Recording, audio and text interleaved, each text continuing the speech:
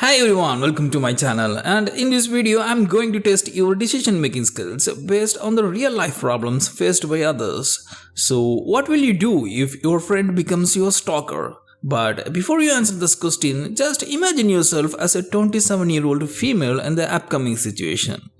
A lot of your main hobbies are very male dominated, and unfortunately it can be somewhat hard for you to find a really good space.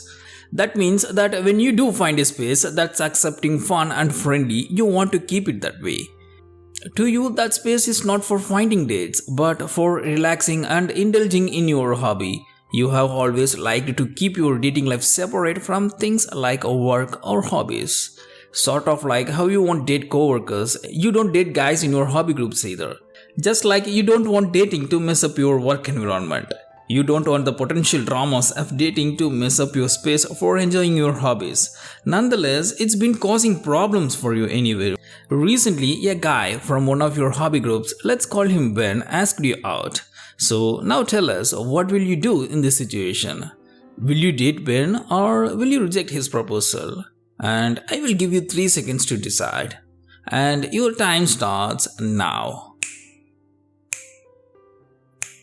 But in real life, the OP decided to reject his proposal. So, in this situation, now consider that you turned him down as gently as you could because you want to keep the environment in the group nice. When he kept asking you why, you were honest and explained as kindly as you could that he is a great guy, but you just want to keep your hobby space and your dating space separate, and you are not looking for dates there. But Ben did not take that well. He said that you are in wrong for automatically discounting guys instead of giving them a chance. But to you, it's pretty much the same as you not dating co-workers. He also said that you are setting yourself up for a failure because you don't date guys with hobbies in common with you. To you, having hobbies in common is not very important. So you have always dated guys that have really different hobbies from you. It's always been a lot of fun to experience and explore new things, and it's never been a problem in the past. He mentioned that if you were not open dating any of them, then you should have been open with that from the very start instead of leading him on. You personally don't feel like you led any of them though. Plus, you didn't really talk about dating or anything like that with anyone. So, you just think it's really weird to bring it up so randomly. So, now tell us, what will be your response to Ben in this situation? Tell us your decision in the comment section. So, for the next test, consider yourself as the 18-year-old female in the upcoming situation. You had a weird relationship with a guy, let's call him Barry. About 3 to 4 years ago, it was high school, and this guy, Barry in your class, was making moves on you. And so eventually, you went out on some dates. You were not sure how you felt about him, however, you knew he felt strongly about you. At first, you went along with what he wanted, but after a short while, you told him you didn't know how you felt and that your emotions were all over the place. You had been through some unrelated trauma and were in a very bad place mentally at the time. He said this was okay and he understood. For the backstory, he also had a poor mental health. So now tell us, what will you do in this situation? Will you continue to date Barry or break up with him? I will give you 3 seconds to decide. And your time starts now. But in real life, OP had other plans, so in this case, now you can't really remember who came up with the idea, but one of you came up with the idea of a sort of friends with benefits relationship, except instead of anything sexual, you were referring to cuddles and snuggles. You liked this idea and he said he was okay with it. You tried this out, but you still felt like you leading him on, you were unfair to him. This led to a bad cycle of you expressing concern and your emotions, him consoling you and saying he was fine with it and it's okay, you breaking things off in a sort of panic. You make up over the next few days, you make up and repeat these things. You ended up feeling progressively worse even though you had talked about it and he said he was fine. You just felt like you held the power that he would be happier if you felt and let him fall in love with someone who actually loved him the way he did you. The final straw for you was when you decided one day to go all in and embrace it. If he said it was okay, then instead of doubting him, you had listened for once. At this point, he is asking permission to kiss you. So now tell us, what will you do in this situation? Will you kiss him or say no to his request? I will give you 3 seconds to decide. And your time starts now. But in real life, OP decided to kiss him. So now you both felt light and happy, and you both decided you wanted to have your first kiss with each other. You were both happy and nervous and excited. And then you kissed and it was bad, like really bad. You felt guilty that you didn't enjoy it.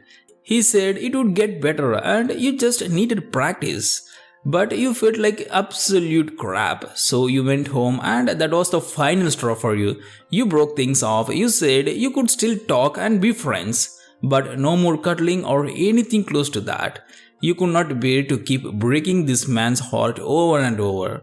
You thought what you did was okay since you had communicated a lot, and if something was wrong, it was up to him to communicate that, and you should not have been made to feel like the burden was on you for his lack of communication. And then you heard a rumor that some of the kids at your school had started to dislike you since you had apparently led him on and were manipulative. This really wrecked you. You tried so hard not to hurt him that you think you went too far and you did just that. Your friendship meant so much to you. He helped you get through a really rough time in your life and you feel like you all did was hurt him. And this is your final situation. So now tell us, what will we do in the comment section? So for the next test, imagine yourself as a 32-year-old female, and the situation that you're going to face is you and your boyfriend have been together for a little over 2 years. You don't live together, but you stay over at his house most weekends. For a few months now, it's slowly becoming a regular thing where he will try to jump scare you. It started off just being while you were watching a scary film, he had jumped during a tense scene to in turn making you jump. Then it transitioned to him hiding behind the bed when you had come back from the bathroom to jump out on you.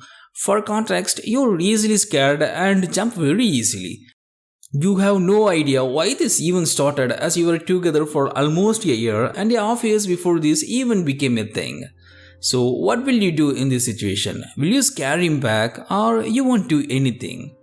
But in this case, OP decided to scare him back. So you had sometimes try to get your own back and also hide when he had come out the bathroom to scare him. These kind of pranks you had been mostly okay with. You mean you had rather they were not a thing, but you just took it as him being playful. So you were trying to do the same back. You can't even remember at what point they took this turn, but he started randomly jumping up in bed when you were trying to get to sleep. He had jumped up and pretend he heard something or saw something, or pretend something was dragging him out of bed. To begin with, you laughed it off and he had just do it once or twice and then stop. You had be able to fall asleep. Then he started doing it more and more each evening. He started just jumping randomly for about an hour or so right after you had go to bed in an attempt to make you jump and scare you.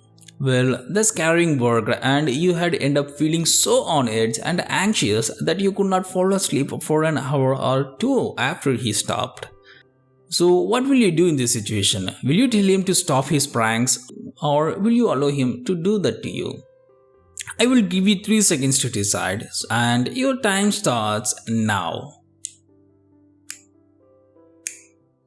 But in real life, OP decided to talk things with his boyfriend. So it got to the point where you had said to him when he kept doing this that you don't like it. And it makes you uncomfortable and uneasy.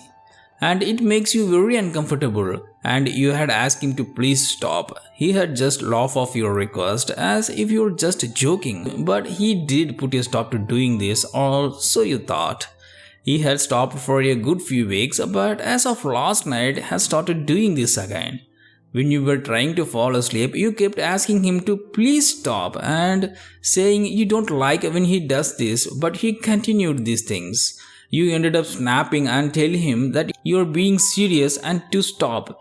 You felt so uneasy again. You were shaking and your heart was racing. He just laughed and rolled over, but did stop.